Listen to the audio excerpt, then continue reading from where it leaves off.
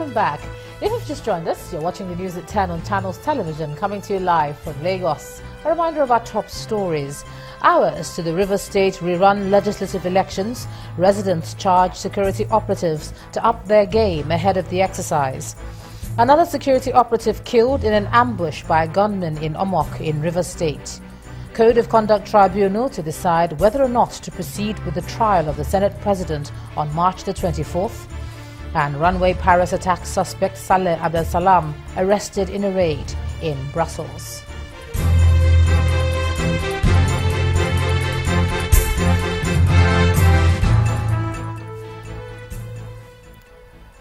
Do remember that all our top stories are on our website, channelstv.com, and on youtube.com/channelsweb. And do visit m.channelstv.com to view us live on your mobile device.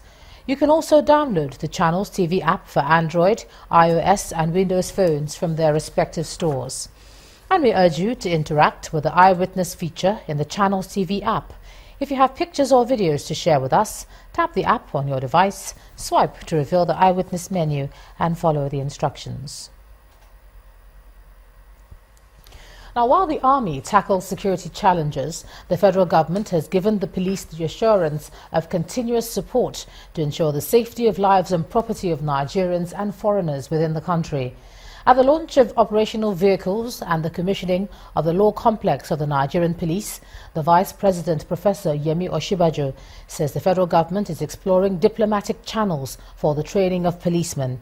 He adds that the law complex of the police force will enhance the capacity of lawyers within the police to effectively prosecute criminals. Modern policing all over the world requires the effective deployment of equipment and resources. It is for this reason that the federal government pledges to support the Nigeria Police Force to ensure peace and security of the nation. Today's events, the official launch of the Safer City Patrol Scheme and the commissioning of the Nigeria Police Force Law Building, represent a further manifestation of the commitment of the federal government to the enhancement of the operational capacity of the Nigeria Police Force. It's also another clear statement of the determination of the federal government to re-equip the police as part of the broad repositioning strategy directed at restoring the Nigerian police force as the primary law enforcement agency in Nigeria.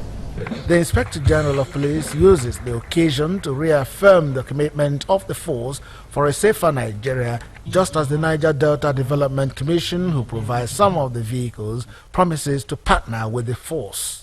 The whole essence of this initiative, Your Excellency, sir, is to project the vision of the federal government in bringing police services closer to the public, advance the concept of reassurance and visible policing, and ensure the dominance of the public security landscape by the police as a strategy towards denying criminal elements the space within which they can freely. Policing all over the world is a daunting task, which courageous men and women, with the able support of stakeholders, venture into.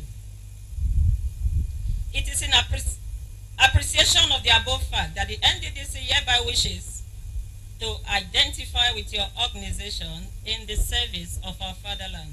The Chief Justice of Nigeria calls on lawyers within the police force to be diligent in the prosecution of cases, while the chairman of the Senate Committee on Police Affairs appeals for improved funding of the force. As far as the law is concerned, the police legal officers have the right to appear in any court, including the Supreme Court.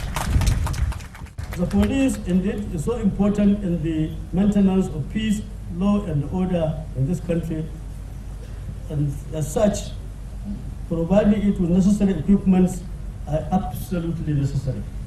Away from the speeches, the Vice President commissions the law complex of the police and the operational vehicles.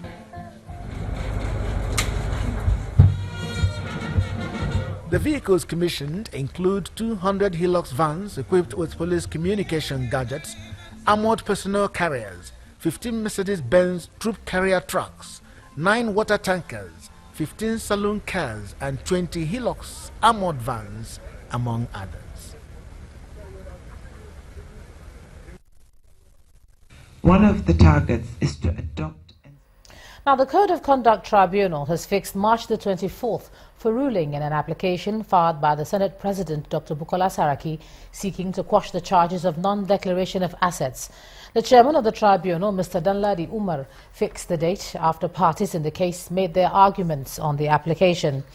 At the proceedings, lawyer to the Senate President, Kanu Agabi, asked the tribunal to quash the charges against his client because they were not competent in law. As usual, the Senate President, Dr. Bukola Saraki, was accompanied by a large number of lawmakers who had come to show him support. The chairman of the tribunal also arrived and commenced today's proceedings.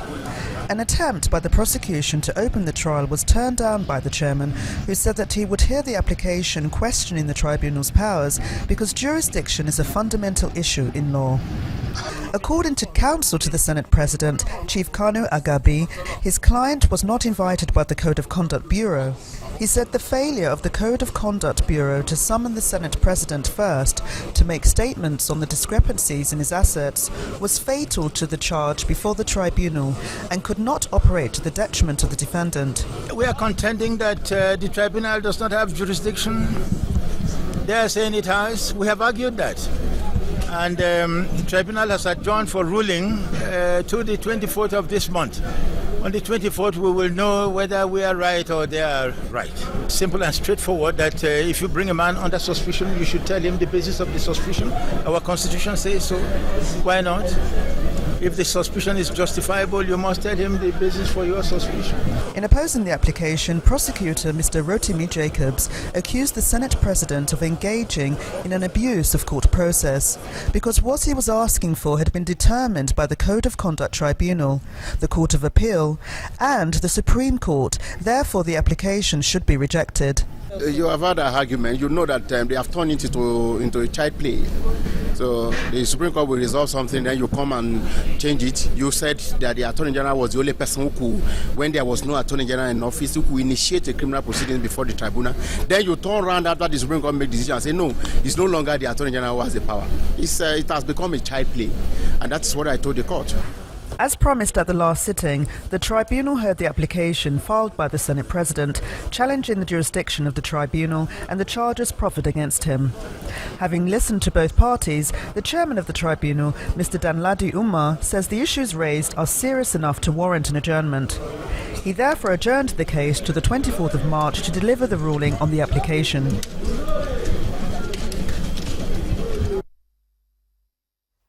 Let's stay with legal matters. The Supreme Court has given the Economic and Financial Crimes Commission the go-ahead to prosecute the former governor of Abia State, Dr. Ojus Okalo, on a 107-count corruption charge. Mr. Okalo faces charges bordering on alleged complicity, money laundering, and alleged illegal diversion of public funds to the tune of 5.6 billion naira. He's alleged to have done so while he was governor of Abia State between 1999 and 2007. The five-man panel of the Supreme Court has directed the Chief Judge of the Federal High Court to assign both cases to new judges for hearing. Now, 6 of the men accused of abducting 3 schoolgirls from Babaton Macaulay Junior Seminary in Ikorodu have been arraigned before the Abuja Meta Magistrate Court in Lagos. The prosecution counsel, Mr. Godwin Osuji, asked that the men be remanded in prison custody pending legal advice from the Department of Public Prosecution. The court granted the application before adjourning the case to April the 25th, 2016. The defense counsel, Ola Ogumbi, says the arraignment was proper and is confident that justice will be done.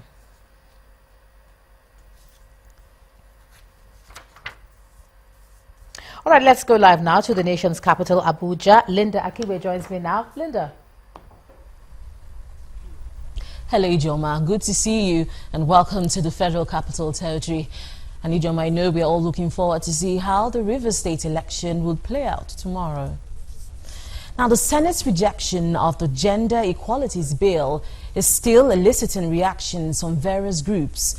The Senators' Wives Forum, led by Mrs. Toyin Saraki, has described the rejection of the bill as a direct setback on work being done on the Sustainable Development Goal 5 on gender equality.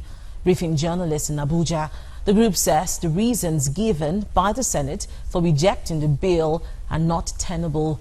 Also speaking at the event, the sponsor of the bill, Senator Biodun Olujimi, explained that the goal of the bill is to promote female empowerment and advance the nation. One of the targets is to adopt and strengthen sound policies and enforceable legislation for the promotion of gender equality and the empowerment of all girls and all women at all levels. The rejection of this bill is a direct contravention of Sustainable Development Goal 5. The failure of the passage of this bill means, as of today, that a Nigerian widow does not get automatic custody of her own children. It also means that this same widow will not be automatically entitled to her late husband's full estate. It also means that a girl still does not have the same educational rights as her male counterparts, despite the existence of the Child Rights Act, which should have guaranteed her that right. In addition, there is still ambiguity over the legal age of marriage. This bill would have made clear in law that girls should not marry under 18, and for those who are already married under 18, it would have established who exactly is her legal guardian between her father and her husband. The bill that was thrown out was just part of the entire bill. We thought we should test the waters to find out if the men have really changed their position. And so we put out the bill and tried to get them to pass it. But as usual, they came up seriously against it.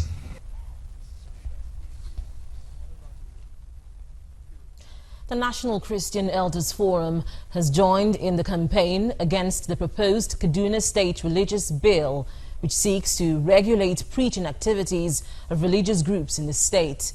The group, at a media briefing at the National Christian Center, Abuja, urged Governor Nasir El-Rufai to withdraw the bill from the State Assembly. They also condemned the recent cases of abduction and forceful marriage in the country, as well as the manner with which federal lawmakers killed the gender parity bill. We wish to express tremendous shock at the proposed Kaduna State Religious Bill. The proposed bill contravenes Section 38, subsection 1 of the 1999 Constitution. We should remind the government of Kaduna State that religion is personal and no one has the right to legislate on how individuals worship. We call on the Kaduna State government to retrace his step, to retrace his step for this ill-advised venture.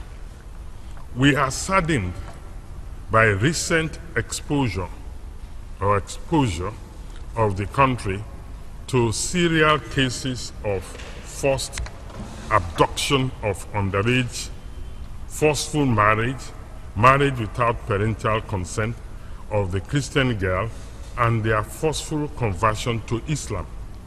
We condemn in totality this act of violation of the human right of these girls, and it's a degradation of our national values. We are also amazed that the Senate failed to pass the Gender and Equality Opportunity Bill into law. We strongly recommend that this bill should be reintroduced and passed into law urgently. Benue State lawmakers in the House of Representatives have condemned what they called the lukewarm attitude of the federal government to the killings in the state. Speaking on behalf of the lawmakers in Abuja, Representative Oka Jev says over 1,000 people have been killed and over 100 villages razed in the Agatu area by armed herdsmen who are yet to be apprehended by security forces. The lawmakers insist that the federal government must take active steps to stop the killings and ensure peace returns to the area. Week after week, it's been one report or the other of killings, burnt villages, and internally displaced persons fleeing from their homes in different parts of Benue State. It's a situation these lawmakers representing the state in the House of Representatives say is too much to bear. They believe the federal government is reluctant to take concrete steps to stop the killings. There is a grave danger ahead if the federal government continues to shy away from taking pragmatic actions to end this carnage and genocide against our people. If the federal government fails to end this regime of impunity and senseless killings, we will not hesitate to mobilize our people and defend ourselves in whatever way we can. The lawmakers describe the level of destruction in the communities. Fulani herdsmen come into our communities, rape our women, kill our men and children. In fact, the next time we are going to have this press conference, we will come here with projectors and show you the level of destruction in our various communities and the children that were killed in our communities. They also made suggestions on how they believe the situation can be addressed quickly.